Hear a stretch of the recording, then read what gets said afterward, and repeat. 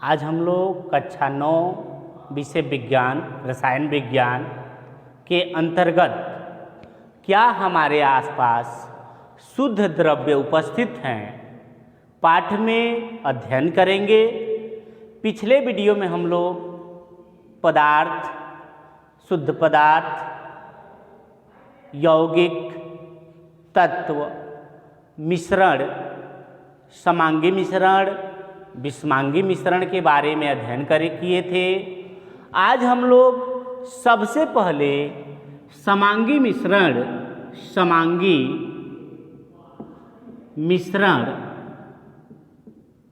और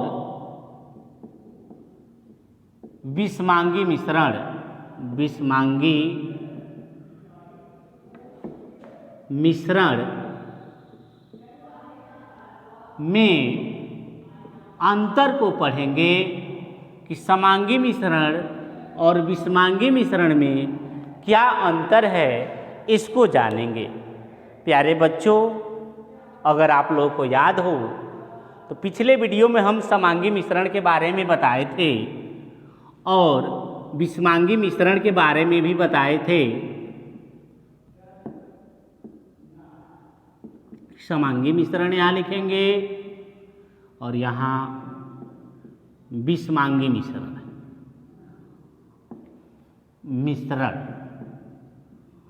समांगी मिश्रण एक ऐसा मिश्रण होता है जिसके प्रत्येक भाग का गुणधर्म और संगठन समान होता है। तो पहला अंतर आप क्या लिखेंगे? समांगी मिश्रण की जो परिभाषा है, समांगी मिश्रण एक ऐसा मिश्रण होता है जिसके प्रत्येक भाग का गुणधर्म और संगठन समान होता है, समांगी मिश्रण कहलाता है। विषमांगी मिश्रण में हम लोग लिखेंगे, विषमांगी मिश्रण एक ऐसा मिश्रण होता है जिसके प्रत्येक भाग का संगठन और गुणधर्म समान नहीं होता है। उदाहरण के लिए इसमें हम चीनी पानी का विलयन, चीनी व जल का विलयन। दूसरा उदाहरण हो जाएगा नमक व जल का विलयन। तीसरा उदाहरण हो जाएगा एथिल एल्कोहल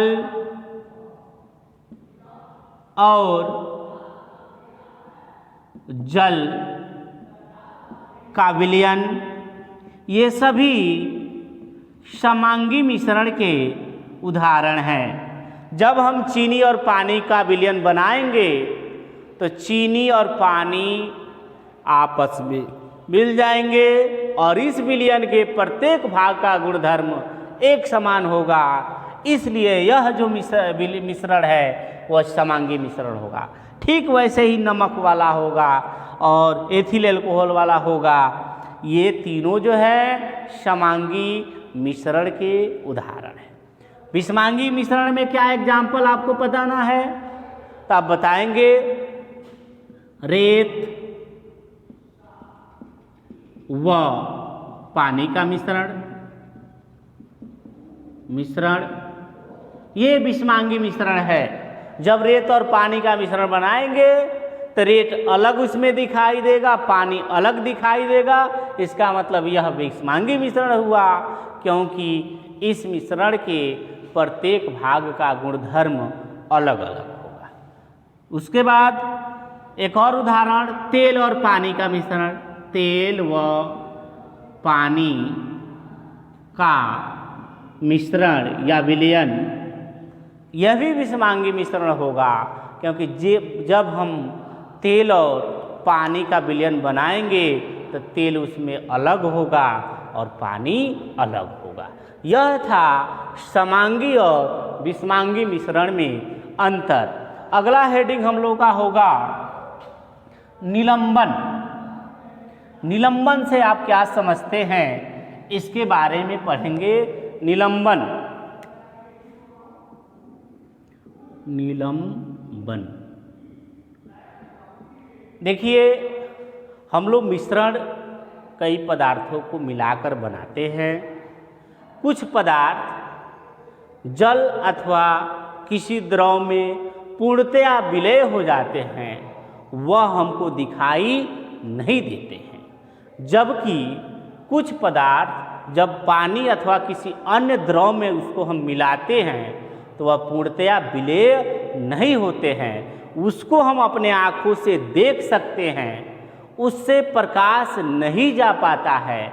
और अगर उसको हम छान दें तो उसमें जो है निलंबन जो कण हैं, जिसको हम पानी या किसी द्रव्य में घोले हैं, वह अलग हो जाते हैं। तो इस प्रकार के मिश्रण को हम लोग कहते हैं निलंबन। ध्यान से सुनेंगे निलंबन कैसा मिश्रण है, तब बताएंगे। निलंबन वह विषमांगी मिश्रण है। निलंबन जो होता है वह विषमांगी मिश्रण है। तब बताएंगे निलंबन वह विषमांगी मिश्रण है कि जब हम किसी पदार्थ को किसी द्रव में घोलते हैं तो वह पदार्थ उस द्रव में अविलय रहता है। ऐसे मिश्रण को, ऐसे विषमांगी मिश्रण को हम निलंबन कहते हैं। एक आपको उदाहरण बताएंगे हम। एग्जाम्पल में ध्यान से देखेंगे। पानी व आटा का मिश्रण, आटा का मिश्रण। अब इस मिश्रण को देखिए, जब हम पानी में आटा को घोलेंगे तो आटा पानी में विलीन नहीं होगा। आटा के कण पानी में हमको दिखाई देंगे, और जब इसको हम छोड़ देंगे कुछ समय के लिए तो आटा नीचे बैठ जाएगा। तो ऐसे मिश्रण को हम कहेंगे कि यह निलंबन है। दूसरा आपको बता दें, पानी व चाक का मिश्रण। यह भी मिश्रण निलंबन की श्रेणी में आता है।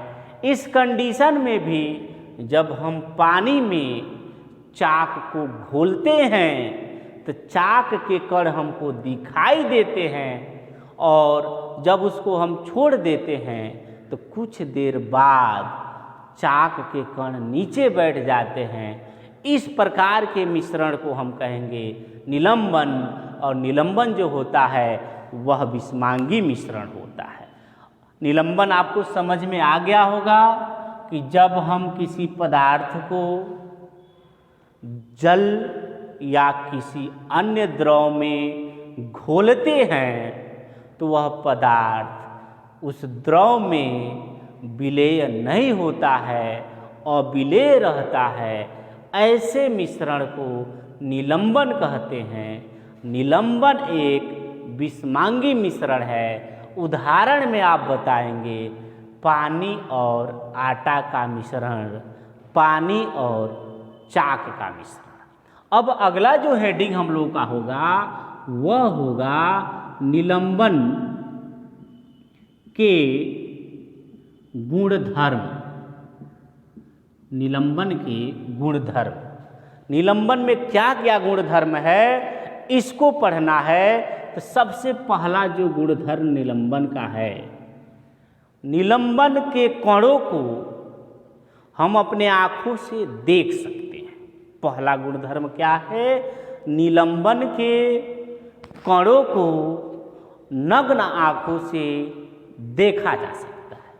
दूसरा गुणधर्म ध्यान से सुनेंगे, निलंबन के जो कण है, चाहे जो निलंबन है, उससे प्रकाश नहीं जा पाता, उससे प्रकाश नहीं जा पाता है, उसमें से प्रकाश बाहर नहीं निकलता है। तीसरा जो गुणधर्म है, निलंबन अपारदर्शी होता है। निलंबन क्या होता है? अपारदर्शी होता है। निलंबन अपारदर्शी होता है। और चौथा जो इसका गुण है, निलंबन विषमांगी मिश्रण है। पहला सुनेंगे, हमने आपको बताया निलंबन के कणों को नग्न आँखों से देखा जा सकता है। दूसरा हमने बताया निलंबन से प्रकाश नहीं जा पाता। तीसरा हमने बताया निलंबन जो है विषमांगी मिश्रण होता है। और चौथा आप लोग जान लेंगे निलंबन को जब हम कुछ देर बाद छानते हैं तो निलंबन के कण अलग हो जाते हैं। अब जो है हमको जानना है, अगला जो हेडिंग है वह है कोलायड। हमको पढ़ना है कोलायड। कोलाइड क्या है इसको जानना है। तो कोलाइड को जानने के लिए हम क्या करेंगे, कोलाइड एक ऐसा मिश्रण होता है जिसमें विलेय के जो कण होते हैं, विलेय के जो कण वह निलंबन के कणों से छोटे होते हैं और सामान्य विलयन जो होते हैं उनके कणों से बड़े होते हैं।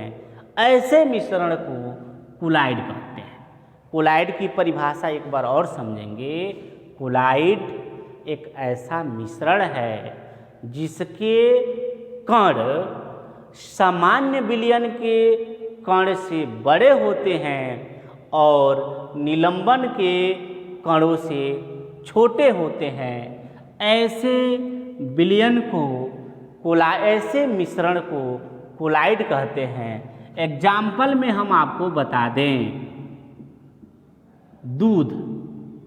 दूध जो है कोलाइड की श्रेणी में आता है। फिर आपको बता दें रक्त। रक्त जो है कोलाइड की श्रेणी में आता है। जैली, जैली जो है कोलाइड के श्रेणी में आता है।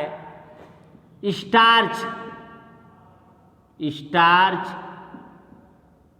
का जल में विलयन का स्टार्च व जल का मिश्रण, ये भी जो है कोलाइड की श्रेणी में आता है।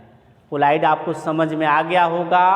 कोलाइड एक ऐसा मिश्रण होता है जिसके कण सामान्य विलयन के कणों से बड़े होते हैं और निलंबन के कणों से छोटे होते हैं। कोलाइड कहलाता है। अब इसके गुणधर्म को जानेंगे। कोलाइड के कौन कौन से गुणधर्म होते हैं। तो पहला गुणधर्म है विषमांगी मिश्रण है।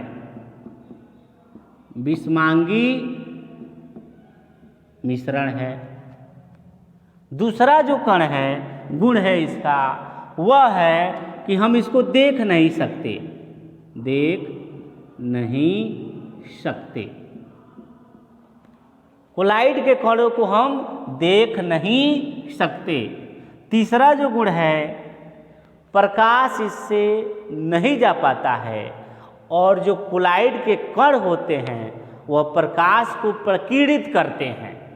इसको तीसरा गुण एक बार ध्यान से समझेंगे, महत्वपूर्ण है। इसी पर एक वैज्ञानिक टिंडल थे जो अपनी एक व्याख्या की है। तीसरा गुण है कि जो कोलाइड के कण होते हैं वह प्रकाश को प्रकीर्णित करते हैं। मतलब प्रकाश जब उससे जाएगा तो वह चमकेंगे। चमकने का मतलब हुआ वह प्रकाश को प्रकीर्णित कर रहे हैं। कोलाइड के कण प्रकाश को प्रकीर्णित करते हैं। और इसको सबसे पहले टिंडल नामक वैज्ञानिक ने देखा था। इसलिए इस प्रभाव को हम लोग टिंडल प्रभाव भी कहते हैं। अगर आपसे पूछ दिया जाए टिंडल प्रभाव से क्या समझते हैं, यानी अगर आपसे टिंडल प्रभाव पूछा जाए तो आप बताएंगे, ये अगला हेडिंग भी है। अगर टिंडल प्रभाव हम लिख दें, टिंडल प्रभाव, आप बताएंगे कोलाइड के कण प्रकाश को प्रकीर्णित करते हैं। इसका सेंस ये है कि यदि बंद कमरा है और उस कमरे में किसी एक छिद्र के द्वारा लाइट आ रही है, तो जब देखेंगे आप उस अंधेरे में जब लाइट आएगी तो धूल के कण आपको चमकते हुए दिखाई देंगे। जब चमकते हुए दिखाई देंगे तो इसका मतलब ये हुआ कि वही जो है कोलाइड के कण हैं और वो प्रकाश को प्रकीर्णित कर रहे हैं, उत्सर्जित कर रहे हैं। तो आप टिंडल प्रभाव से पूछा जाए तो आप बताएंगे कोलाइड के कण प्रकाश को प्रकीर्णित करते हैं। इसको सबसे पहले टिंडल नामक वैज्ञानिक ने देखा था, इसलिए इस प्रभाव को टिंडल प्रभाव कहते हैं।